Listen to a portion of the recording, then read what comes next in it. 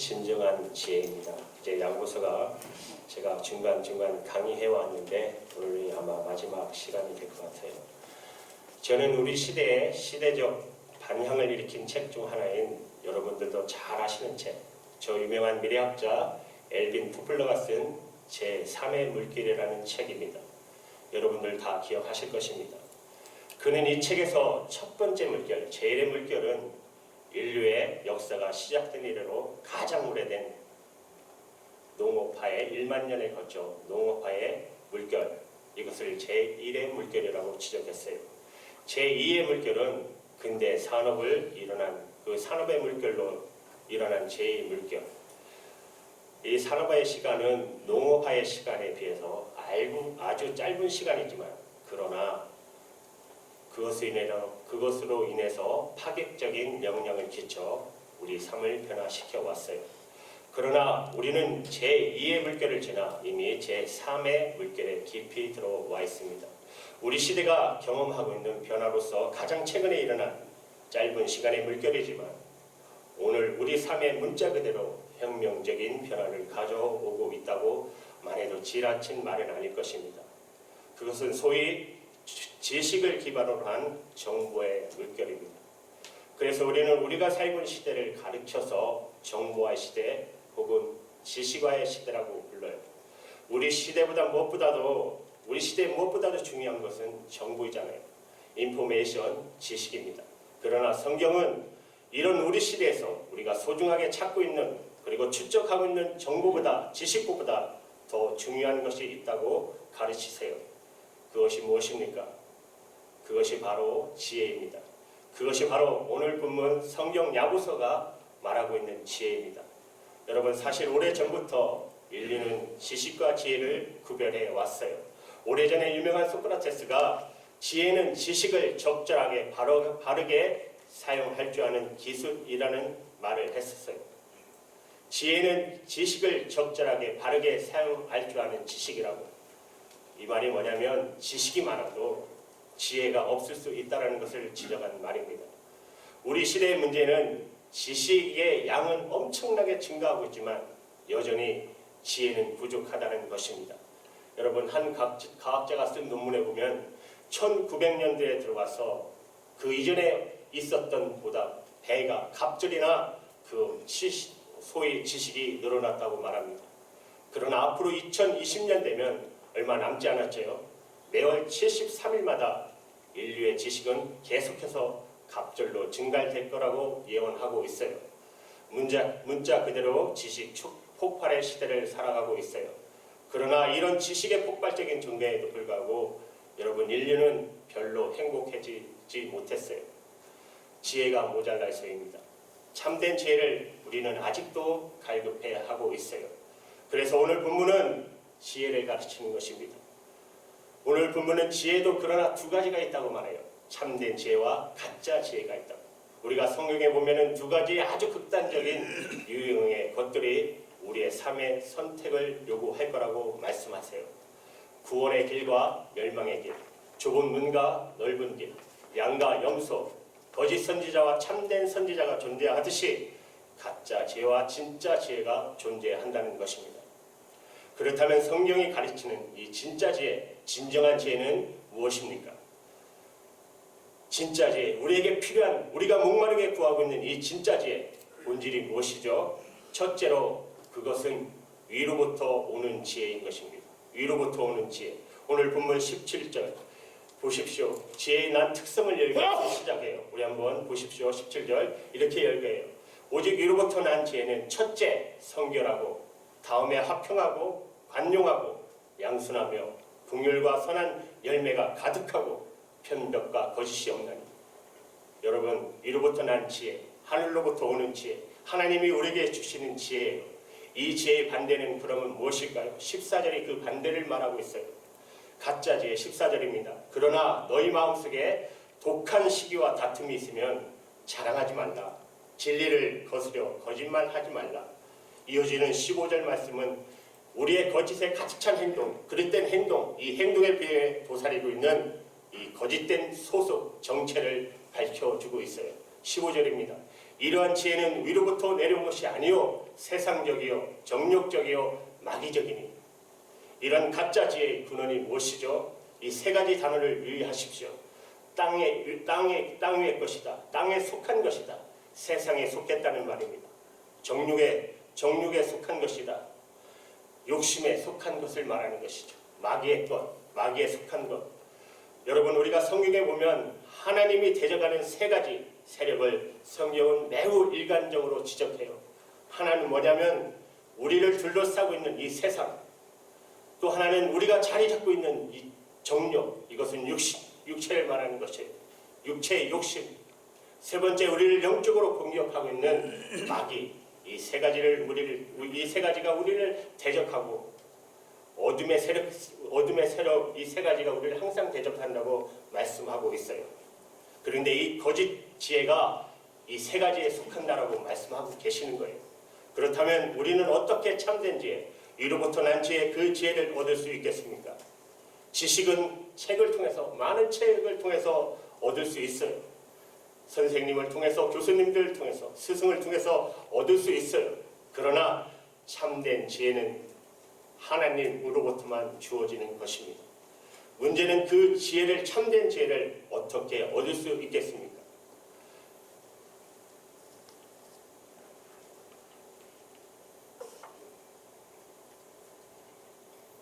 참된 지혜를 어떻게 얻을 수 있겠습니까? 사실 야고보서는 이미 그 대답을 이미 우리에게 주었어요.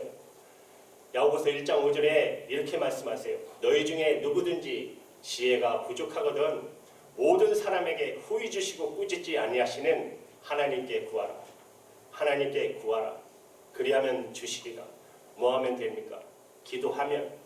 기도가 지혜의 모든 통로가 된다는 것이죠. 그 지혜를 구해서 정말 축복받은 사람이 있잖아요.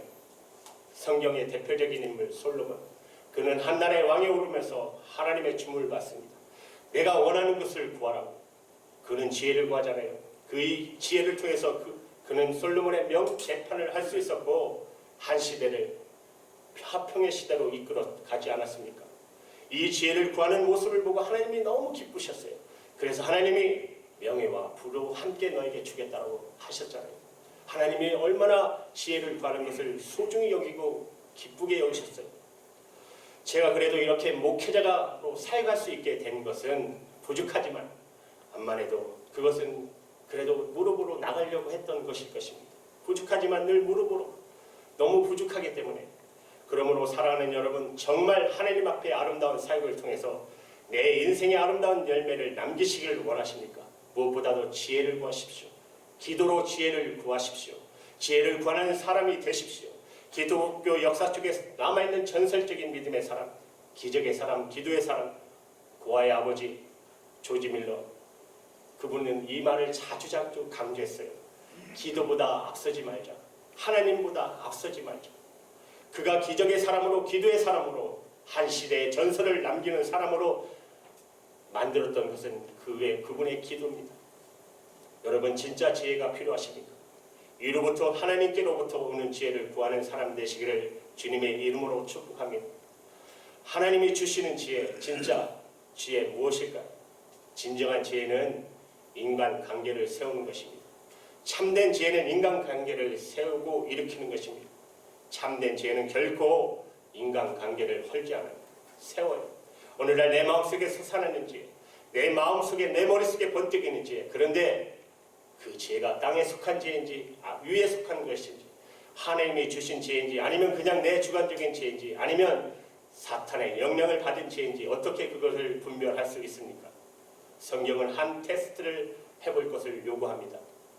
그 지혜를 사용했을 때 이웃들이 결속할 수 있을까? 공동체가 경배해질 수 있을까?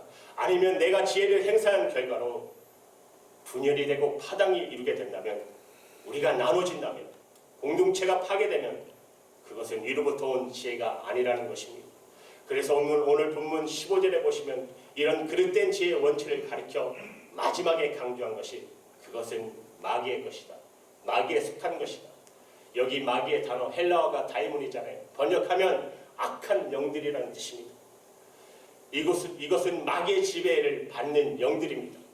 또 마귀를 가리켜서 디아볼로스라고 하잖아요. 하나 된 사이에 던져서 갈라지게 하는 것, 분열시키는 것. 그래서 성경은 그 마귀의 다른 명칭을 참소자라고 말하지 않습니까? 나누는 자, 파괴하는 자. 왜 가정이 파괴되죠? 여러 가지 원인이 있지만 그 배후에 악한 영이 있다라는 사실을 성경은 결코 부인하지 말아야 한다고 말합니다. 그렇습니다. 이런 사탄의 역사를, 마귀의 역사를 극복하지 못하면 부부가 분리되고 부모와 자식이 등을 지고 목회자와 교우가 반목하고 인간관계가 파열음을 일으키게 되고 우리의 삶의 장은 혼란스럽게 될 것입니다. 이것이 우리가 날마다 적하는 영적 전쟁터의 진실이라고 성경은 가르치고 있어요. 여러분, 이런 삶의 현장에서 역사하고 있는 대표적인 악한 영들 두 가지를 성경 오늘 본문에서 제시하고 있잖아요. 시기와 다툼의 영들이에요.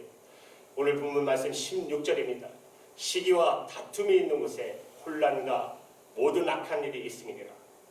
여러분, 요란이 혼란이잖아요. 혼란과 모든 악한 일이 있음이니라. 그래서 우리는 위로부터 오는 지혜를 구해야 하는 것입니다. 땅에 속한 지혜가 아니라 하늘에 속한 지혜, 하나님의 지혜를 구할 수 있어야 해요.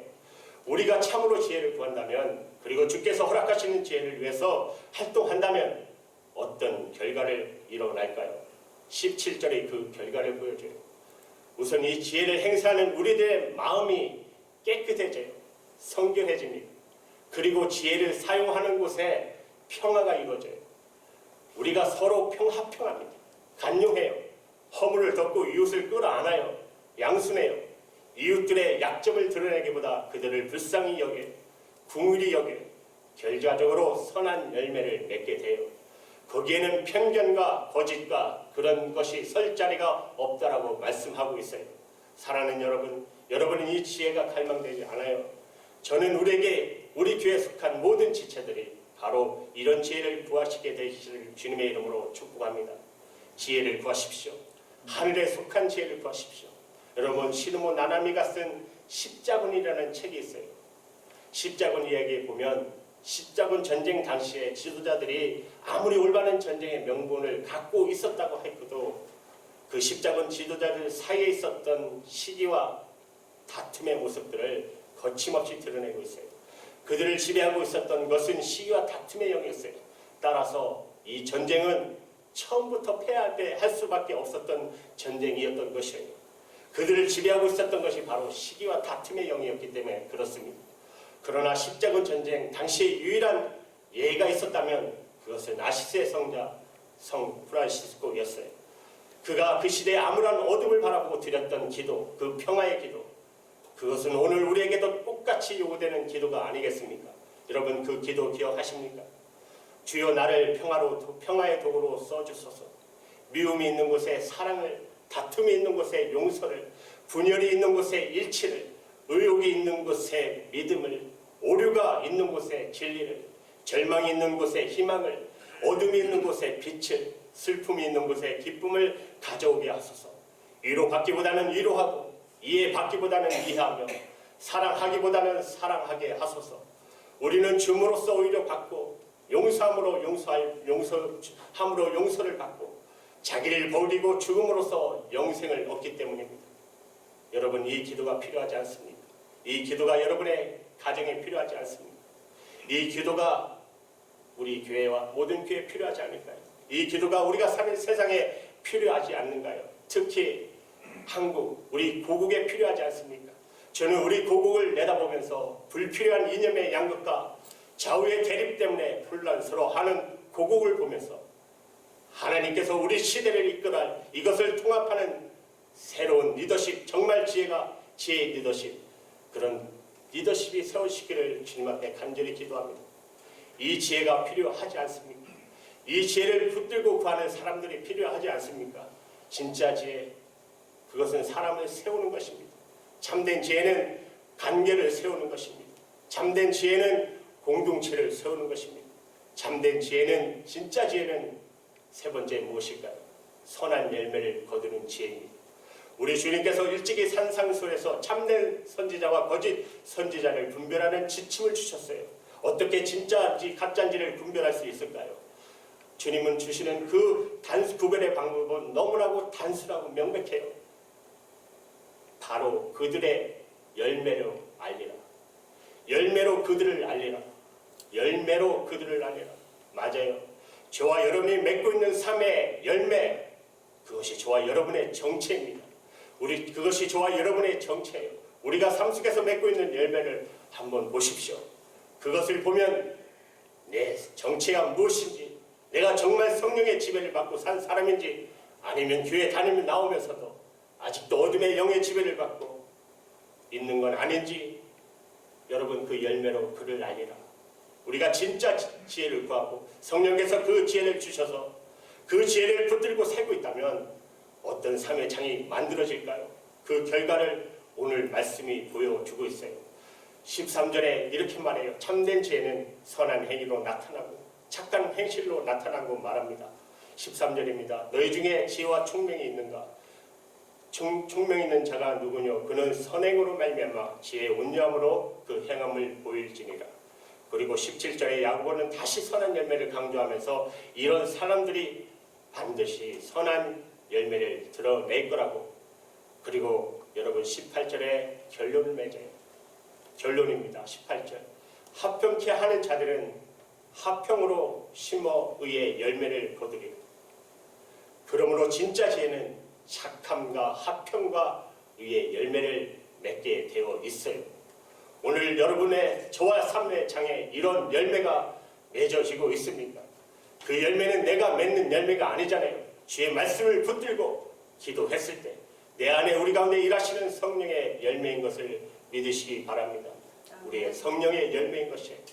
여러분들 잘 아시는 분, 철갑이성, 우리 시대의 최고의 지성인이라고 하는 분 누군지 아시죠? 바로 이어령 교수이시며 정치가이시며 교수인 분. 근데 그 따님이 계셔요. 임이라는 분, LA에 계셨는데 지금은 아마 하나님의 품으로 돌아가셨어요. 그분이 하셨던 프로에, 새롭게 하시던 그 프로에 나오셔서 간증하셨던 그것을 제가 들은 적이 있어요. 그 간증을 책으로 내셨는데 그 내놓으신 책의 제목이 땅끝의 아이들이라는 간증집을 내셨어요. 그녀는 그 책에서 이렇게 고백해요. 그녀가 자라면서 가장 힘들었던 것은 유명한 아버지의 딸이라는 스트레스. 이것이 얼마나 자기의 삶에 힘들게 만드는지 모른다고 말해요. 그녀가 열심히 공부했던 유일한 이유는 유명한 아버지 체면 굽이지 않기 위해서 그것 때문에 공부했다고. 그것 때문에 사회적 성취를 위해 달려갔다고 고백해요. 유아여대를 졸업하고 미국에 와서 노스쿨을 나오고 검사가 되고 부장검사가 되고 변호사가 되고, 그렇지만 그녀 앞에 붙여져 있었던 삶의 장은 만만치 않았어요. 이혼을 경험하게 되고 내 아이를 키우면서 첫째 장남은 일찍 세상을 떠나가 버리고 둘째 아이는 자폐증을 앓고 자신도 암 선고를 받고 4차례에 걸친 암의 재발을 경험하면서 살아왔던 만만치 않던 폭풍의 인생. 그런데 이 폭풍의 삶 와중에 그녀는 예수님을 만나고 기도를 배우게 되었다고. 성령을 체험하고 목사가 되었다고. 이제 자신의 아이뿐 아니라 자기의 아이들 주변에 방황하는 벼랑 끝에 서 있는 수많은 비행 청소년을 땅끝의 아이들을 품고 그들을 취하는 취의 사역자의 삶을 그가 살게 되었다고. 그리고 마침내 자신의 아버지, 도저히 예수를 믿지 않을 것 같았던 그 이어령 교수님, 아버지를 주님의 품에 인도하고 그리고 자기 둘째 아이의 기적적인 치유를 경험, 그리고 암에 불구하고 자기의 육체 가운데 일하시는 성령의 역사를 날마다 경험하고 경험한다고 고백해요. 그리고 그 삶의 한복판에 그녀를 붙들어준 것은 기도였다고 말합니다.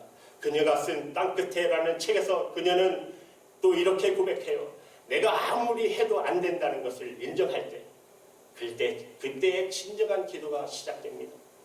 아무리 문명, 과학이 발달하고 능력이 있다 해도 내가 할 수 없는 것들이 있어요. 할 수 없는 것들 안에서 하나님만이 할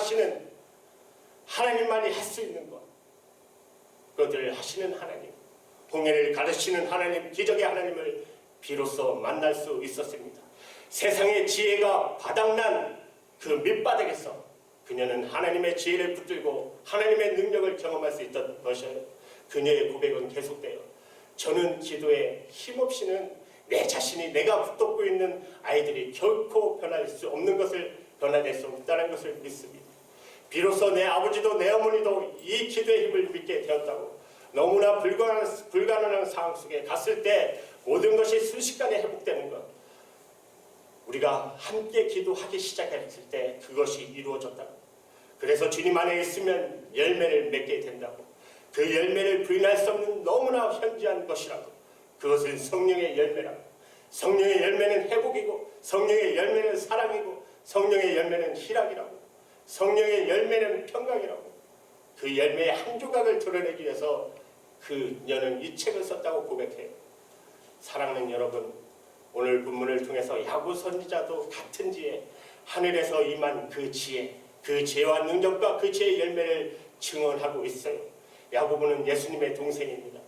그는 야고보서를 통해서 행함의 중요성을 강조했습니다. 열매의 중요성을 강조했어요. 야고보는 행함의 서신이고 열매의 서신입니다. 그러나 야고보는 동시에 기도의 서신입니다. 그 행함의 밑바탕은 그냥 인문적인 행함이 아니라는 것이에요. 기도가 만들어낸 행함을 강조하는 것이에요. 야고보는 기도의 서신이라고 할 수 있습니다. 여러분, 야고보에게 별명이 주어지지 않아요. 어느 날 교회 역사는 야고보를 가리켜 이런 별명을 지어줍니다. 낙타 무릎의 사람. 그는 기도하다가 그의 무릎이 낙타처럼 변했다고.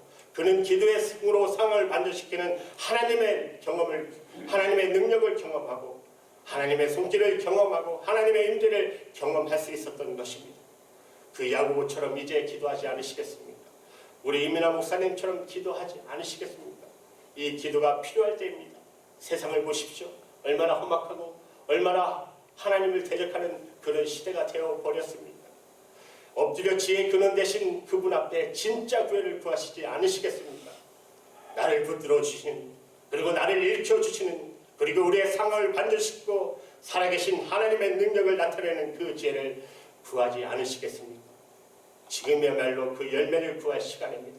그 열매가 있기 전에 내 인생의 열매를 맺게 하시는 성령의 거룩한 능력을 사모하며 우리가 진짜 엎드릴 수 있다면, 참으로 엎드릴 수 있다면, 형식적인 기도 말고요. 형식적인 기도가 아니라 정말 내 인생을 반전시키는, 내 삶을 변화시키는 이 놀라운 하나님의 능력에 대한 갈급함을 가지고 주님 앞에 엎드린다면 성령님은 역사하실 것입니다. 그는 우리 가운데 놀라운 일을 펼쳐 보이실 것입니다. 우리는 하늘의 지혜를 얻게 될 것입니다. 그리고 우리는 상황을 돌파할 것입니다. 그리고 우리는 이렇게 고백하게 될 것입니다. 그분은 살아계시다. 그분의 능력이, 그분의 지혜가 우리 가운데 임하시기를 주님의 이름으로 축복합니다. 아멘. 기도하시겠습니다. 하나님, 하늘의 지혜를 저희들에게 허락하여 주시옵소서. 하늘의 문을 열어주셔서 하나님이 우리에게 주신 이 아름다운 지혜, 하나님 성결하고 온유하고 겸손하며 긍휼하며 편견과 거짓이 없고 참되며 진실되며 아버지, 남을 허는 것이 아니라 남을 세우고 나보다 남을 더 높게 여기고 존귀히 여기고, 하나님, 이 모습이 우리 모두에게 있어야 되지 않겠습니까? 형식적인 그리스도인들 되지 않게 하시고 주님이 원하셨던 보석 같은 그리스도인들 다 되어서 우리의 삶 속에서 하나님 진정한 예수 그리스도의 형성이 투영될 수 있도록 하나님 도와주시고 인도하여 주시고 성령의 기름을 부어 주시옵소서. 존귀와 찬양을 하나님 앞에 올려드리며 우리 주 예수님의 이름으로 감사하며 기도합니다. 아멘.